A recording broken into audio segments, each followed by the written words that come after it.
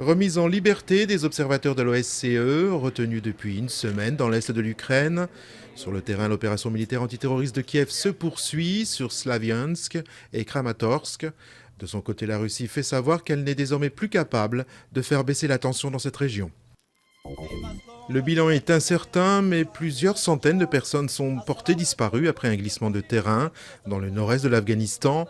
Selon l'ONU, le bilan serait d'au moins 350 morts. La catastrophe s'est produite vendredi à la suite de pluies torrentielles.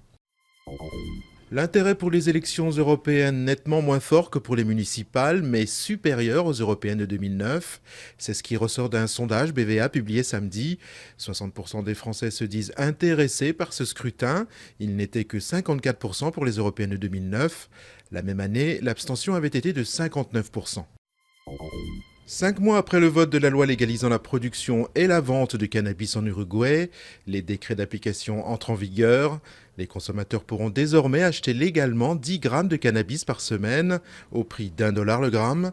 Les utilisateurs devront toutefois s'inscrire à un registre national pour bénéficier de ces dispositions. Une finale 100% bretonne ce soir au Stade de France.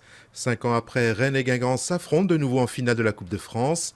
En 2009, la rencontre avait tourné à l'avantage des Guingampais. Le Stade rennais va tenter cette fois de prendre sa revanche et mettre fin à plus de 40 années de disette.